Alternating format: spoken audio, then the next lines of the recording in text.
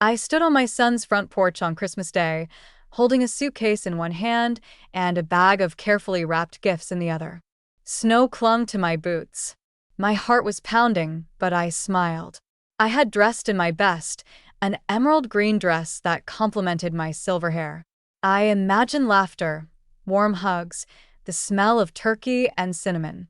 Instead, the door opened, and Mark looked at me like I was a stranger. "Sorry, I think you have the wrong house," he said. For a second, I stood there frozen, thinking he was joking, but there was no flicker of warmth in his eyes. No hint of recognition in his voice, just cold dismissal. "Mark, it's me. It's Mom." He didn't flinch. "I think you got the wrong address. There's no Mark here." Then he closed the door. I didn't cry. Not right away. I walked back down the snow-lined path, heels sinking into ice, the gifts rustling softly in my bag. My body moved on instinct, but my heart felt like it had been ripped from my chest. It wasn't just a misunderstanding. It wasn't just a bad day. It was rejection, pure and deliberate. That moment didn't come from nowhere. It was the final note in a song that had been playing softly for years.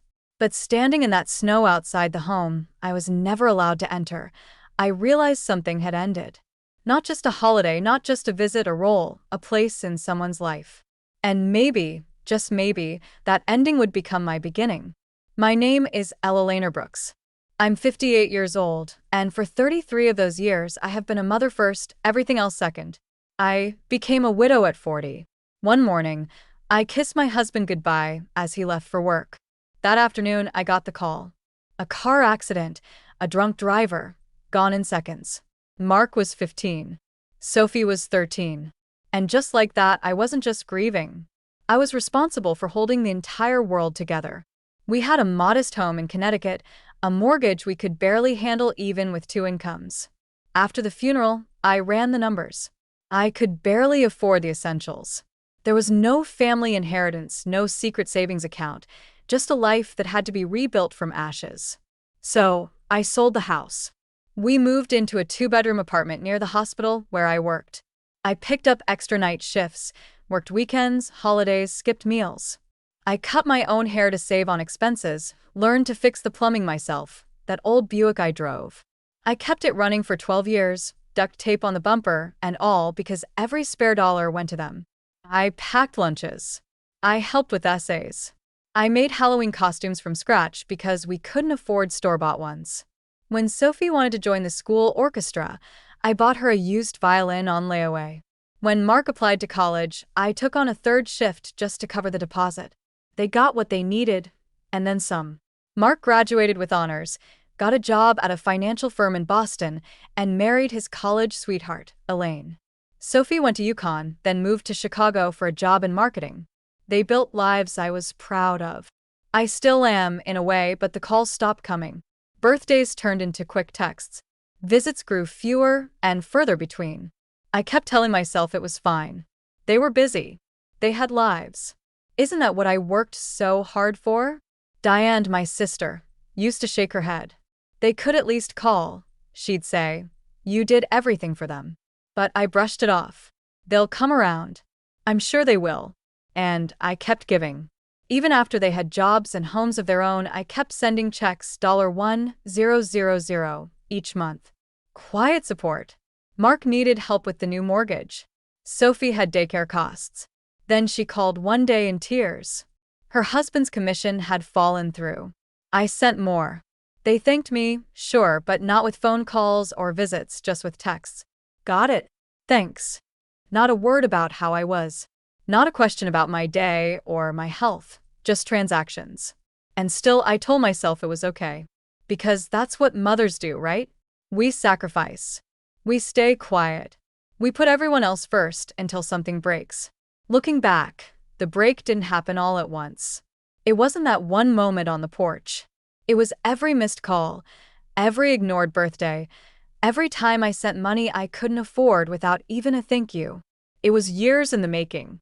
But the snap, what truly shifted the ground beneath me, was realizing that I wasn't even missed. Not really. I was needed, yes, but only for what I could give, not for who I was. And as painful as that truth was, it also planted a seed. A question. What if I chose myself just once? There's a quiet kind of loneliness that creeps in when you're technically not alone. When your phone still lights up, but only when they need something. When holidays pass and your mailbox stays empty. So when you sit at the table with 2 place settings instead of 3 and realize no one is coming. It didn't start with that Christmas rejection. The truth is, I had been fading from their lives long before that day. There were birthdays missed, not just mine, but theirs.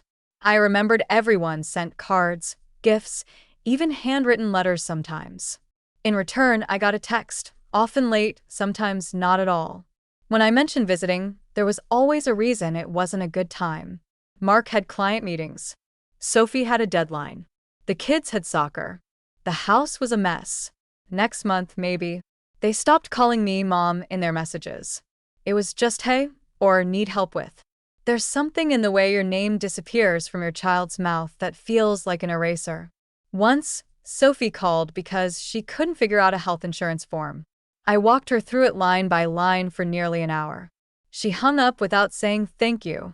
Just, okay, got it, and the line went dead. Another time, Mark asked me to Venmo him $500 for Noah's dental work. He sent me a picture of the bill. I didn't even get a follow-up message after I sent the money. Still, I made excuses for them. They were busy, young parents, working professionals. I didn't want to be the clingy mom. I prided myself on being understanding, supportive, the cool mom who didn't make demands. But deep down, it hurt. And the more I ignored it, the heavier it got. I started to realize that I was only visible when I had something to offer, a check, advice, a quick favor. But my presence, my company, my voice, that wasn't part of the deal anymore. I kept thinking of something my own mother used to say, the people who only come around when they need something will vanish the moment you have nothing left to give. I just never thought that would apply to my own children. This past December, I made a decision. I was going to spend Christmas with my grandchildren. I had only seen Emma and Noah a few times since they were born. Too far, too busy, too much going on, as Mark would always say. But this year, I didn't want to be a voice on the phone or a signature at the bottom of a check. I wanted to sit with them on the floor while they unwrapped gifts. I wanted to bake cookies with them, read them bedtime stories. I wanted to be their grandmother, not just a name they vaguely recognized. So I picked up the phone and called Mark. He answered on the third ring, his voice distracted, papers rustling in the background. Mom, what's up? Hey, what? I won't keep you. I just wanted to ask, would it be okay if I came for Christmas this year? I'd really love to see the kids open their presents. There was a pause. I could hear a door close, the office noise fading. Then he spoke again, his tone lower. Christmas, I don't know, Mom. Elaine's parents are coming, and we don't have a lot of space. I can stay at a hotel, I said quickly. I wouldn't be in the way. Another pause. Let me talk to Elaine and get back to you. He didn't. A week passed. I called again. It went to voicemail. I left a careful message. Mark, it's Mom. Just checking in about Christmas. I found a hotel nearby. Very reasonable. Let me know. 3 days later, I got a text. Just a text. Christmas is fine. Dinner at 3. No hotel needed. You can have the guest room. That was it. No, can't wait to see you. No, the kids will be so excited. Still, my heart leapt. I booked my flight immediately. I spent hours wrapping presents. I even splurged on a new dress, emerald green, modest neckline, soft fabric that made me feel beautiful. I hadn't bought anything for myself in years. I told myself this year would be different. This year, I would be part of the celebration. This year, I would belong. I arrived in Boston on Christmas Eve just after 2 o'clock in the afternoon. The flight had been bumpy, but my spirits were high. I sat in the taxi with my gifts nestled beside me, my suitcase in the trunk, and a nervous hope fluttering in my chest. Mark's neighborhood was picture perfect. Snow-dusted lawns, neatly trimmed hedges, twinkling lights in every window. I felt a quiet pride. My son had done well. I pulled my coat tighter as I approached the front door.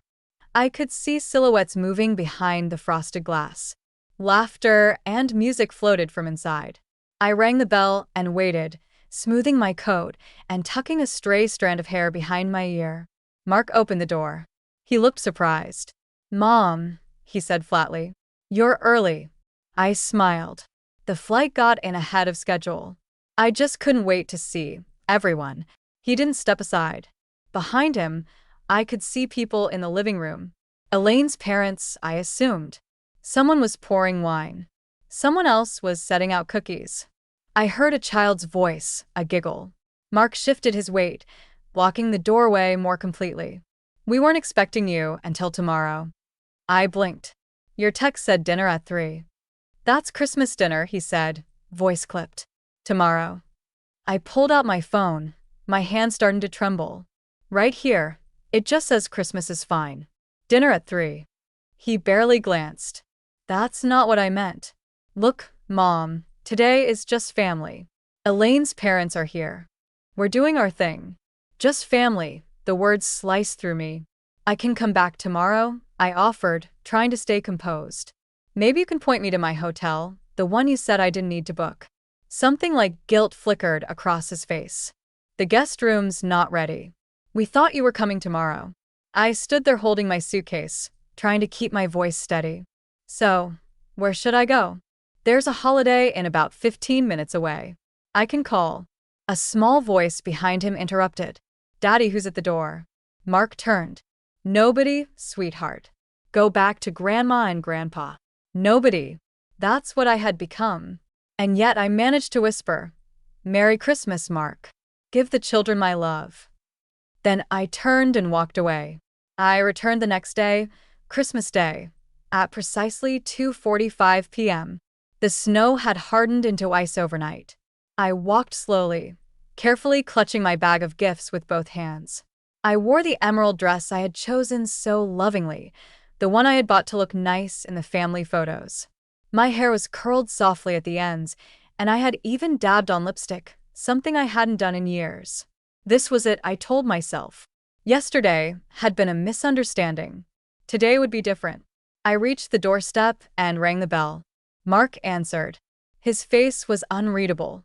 Before I could speak, before I could say, "Merry Christmas" or "I'm here," he said the words that broke me. "Sorry, I think you have the wrong house." I stared at him. I thought he was joking, waiting for a smile, some hint of apology. But there was nothing. "Mark," I said, my voice barely above a whisper. "It's me. It's Mom." He didn't move. His eyes didn't soften. "There's no Mark here." I looked past him. The living room was decorated beautifully. A glowing tree stood in the corner, surrounded by neatly wrapped gifts. The dining table was set for dinner, the silverware gleaming under the chandelier. Elaine's head was bent toward a platter of food. She didn't even turn around. Then the door closed. I stood there in silence, frozen, humiliated. I walked down the steps slowly. My feet felt numb. My hands were shaking. I made it to the sidewalk before my phone buzzed. Mark's name flashed on the screen. I answered. "Mom," he said, sounding casual, even amused. Sorry about that. Elaine's parents are super traditional.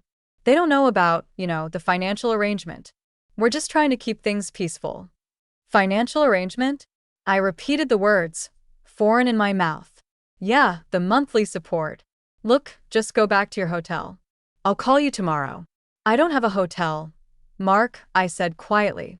"I came here to spend Christmas with my family." He sighed. "Mom, I can't do this right now. Just give us some space, okay? We'll figure it out later." I whispered. "What did I do?" His voice hardened. "She thinks the money she sends every month buys her a seat at the table." He hadn't hung up yet, but I had heard enough. I let the phone fall into the snow. I picked up the phone slowly, my fingers stiff from the cold. The call was still active. I ended it with a quiet tap and stared down at the screen, the words still echoing in my mind. She thinks the money she sends every month buys her a seat at the table. That was it, wasn't it? That was how they saw me. Not as a mother, not as a grandmother, just a source, a bank account, a tool to be hidden when inconvenient, an embarrassment to be explained away. I turned around and began walking toward the main road. My suitcase wheels caught in the slush, dragging behind me like an old wound. At the Holiday Inn, I checked in without a word. The clerk smiled politely. "Staying long, ma'am?" I nodded. "A few nights." That night, I didn't cry. There were no more questions spinning in my head. No more wondering what I had done wrong. For the first time in years, my thoughts weren't tangled in guilt or obligation. I opened my banking app. With calm fingers, I canceled the automatic transfers to both my children. It took less than 60 seconds. I sat on the edge of the hotel bed and stared at the quiet screen. No vibrations, no incoming demands, just silence and peace. A peace I hadn't known in decades. I slept that night without dreams, without tension in my chest. Just stillness. The stillness that comes when a long, painful chapter finally closes and a new one waits quietly, patiently to begin. The next morning, my phone lit up with missed calls. 25 in total, 15 from Mark, 10 from Sophie. Text messages followed, some panicked, some demanding. "Mom, the transfer didn't go through. Is everything okay? Mom, I need that money for Noah's daycare. Please call ASAP. What the hell, Mom? I'm about to be late on my mortgage. Call me now." I stared at the screen as if it belonged to someone else. There were no messages asking if I was all right. "No, where are you? No, we're worried about you." Just money. I silenced the phone, placed it face down on the nightstand, and stepped into the shower. As hot water streamed over me, something inside me began to shift.